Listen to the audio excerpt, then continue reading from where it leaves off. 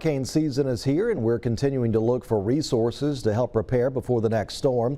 The Facebook parent company Meta is now offering AI tools that could be used by community leaders to warn of potential dangers. Director of the AI for Good program, Laura McGorman, is here to tell us more about it. And thanks for joining us. Okay, so we are all concerned about hurricane season here where we live on the Mississippi Gulf Coast. How is this program going to help? Thank you so much for having me, Hugh. Well, we know that it has already been a very active 2025 hurricane season with several events already having taken place. And so we want to remind the residents of Biloxi that there are tools available right now for anyone with a Facebook account to stay informed during times of crisis, as well as stay in touch with local authorities and recover from these events. The first tool I want to remind people exists has actually been in market for over 10 years. It's called Safety Check. And it allows people to let friends and family know they're okay if they happen to be in an area affected by a natural disaster.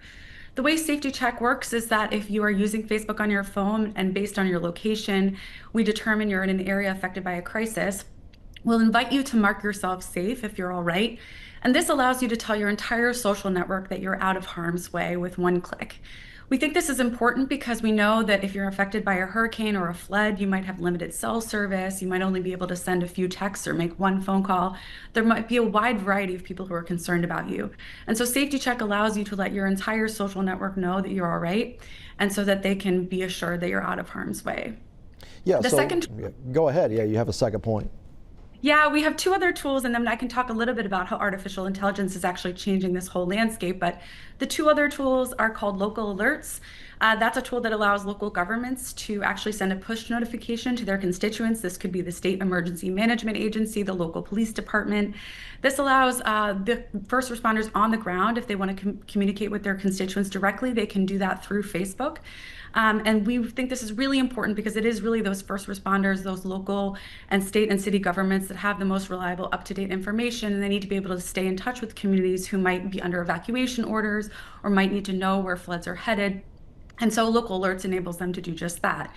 And then lastly, Facebook Fundraisers allows people after the crisis to raise funds, whether or not it's for an individual or for a community at large or a nonprofit who's responding in the area. And to date, people have actually raised over $8 billion globally using Facebook Fundraisers. And we believe it's a very important tool for people who are outside of a disaster-affected area to be able to find ways to help.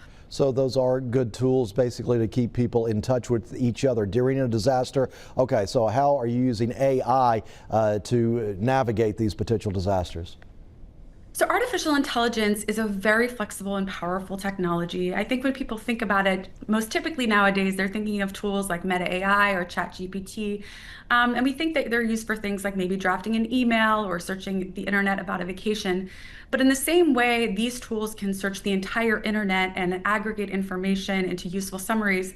This is exactly the kind of functionality that first responders need. So we've heard from the ground many times that first responders are inundated with situation reports from different hospitals needing different commodity lists, from shelters needing different supplies. And that's very hard for a human to actually be able to go through in real time and summarize in a way that's actionable for the teams responding.